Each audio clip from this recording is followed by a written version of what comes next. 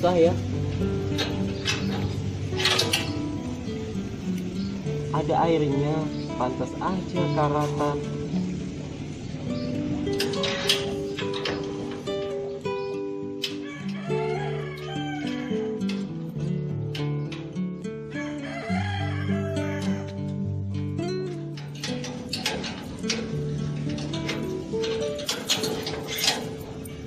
Aku kasih oli dulu biar enggak salah.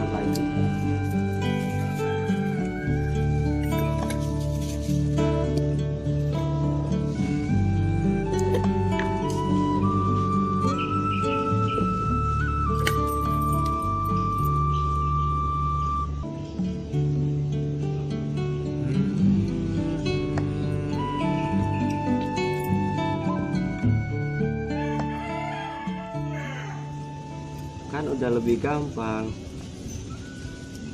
mudah terpasang lagi. Tadi sudah kita saksikan kerugian yang ditimbulkan dari korosi. Sekarang kita saksikan apa saja yang mempengaruhi terjadinya korosi pada besi.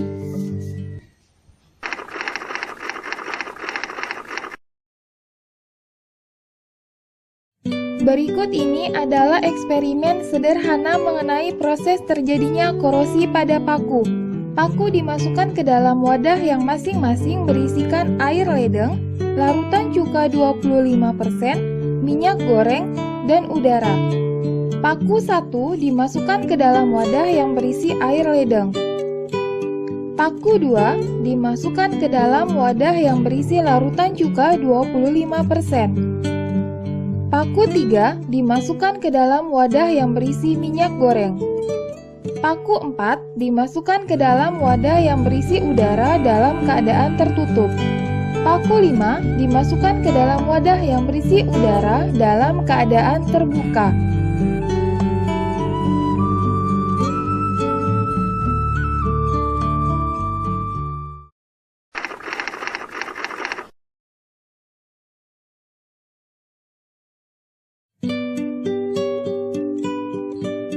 Setelah dibiarkan selama 24 jam, setiap paku menunjukkan perubahan yang berbeda-beda.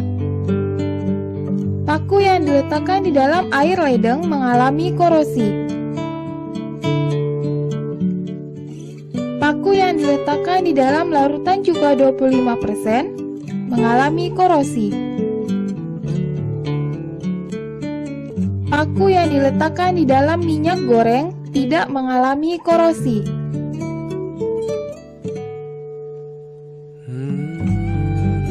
Paku yang dibiarkan di dalam udara tertutup tidak mengalami korosi.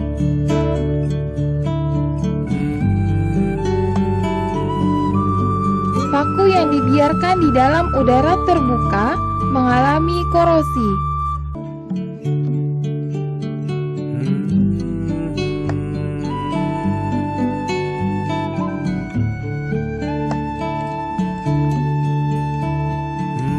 Jika dibandingkan dari kelima paku tersebut, yang paling banyak mengalami korosi adalah paku yang diletakkan di dalam larutan cuka 25%, kemudian di dalam air ledeng, serta pada udara terbuka. Sedangkan paku di dalam minyak goreng dan udara tertutup tidak mengalami korosi.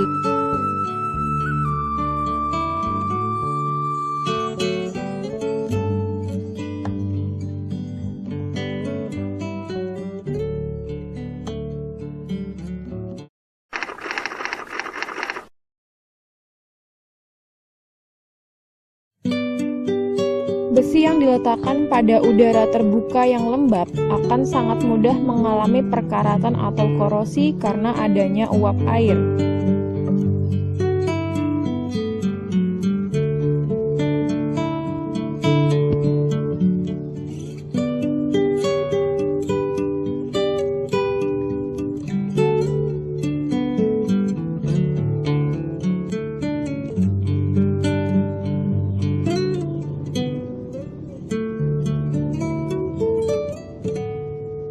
Korosi yang terjadi pada logam, misalnya besi, merupakan proses elektrokimia. Pada besi tersebut akan terbentuk bagian yang bertindak sebagai anoda, yaitu tempat terjadinya oksidasi.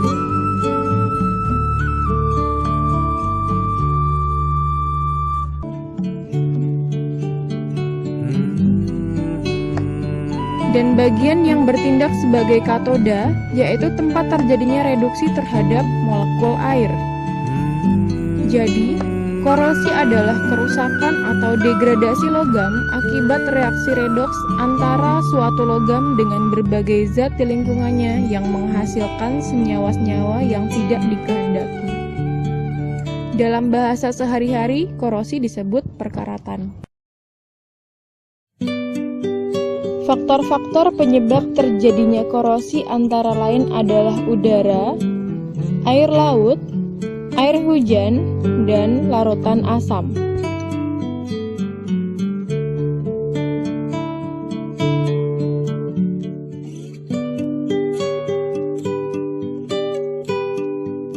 Kejadian lain yang menunjukkan kerugian dari korosi seperti karat pada engsel pintu, karat pada rantai motor, dan stang sepeda yang patah.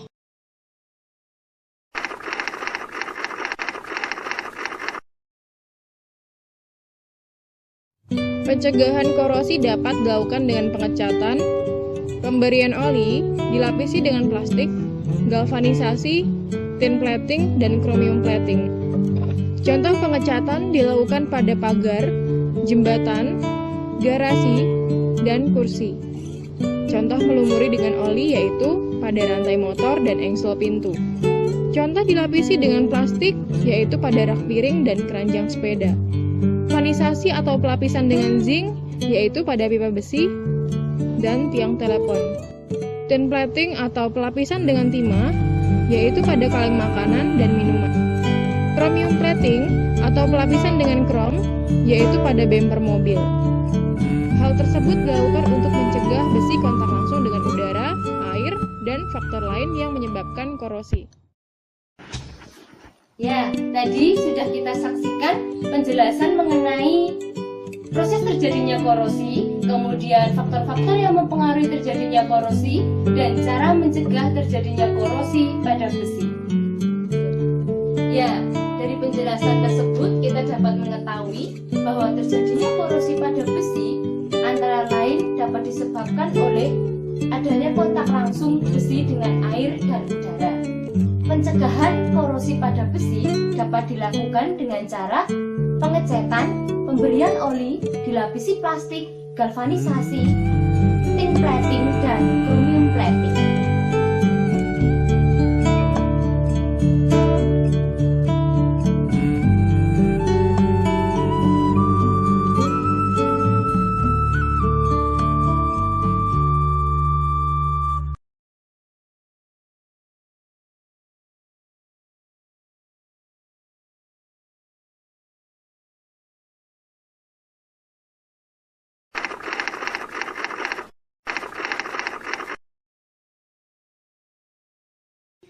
Mergo iki kayak banget ngono lho.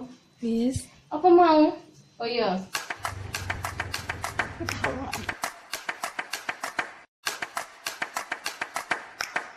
Iya, salah. Enggak apa-apa ya. Aduh.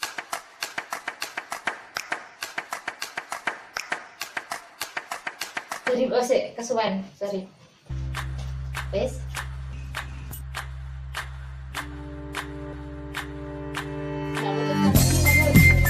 Iya. Oh, ganti.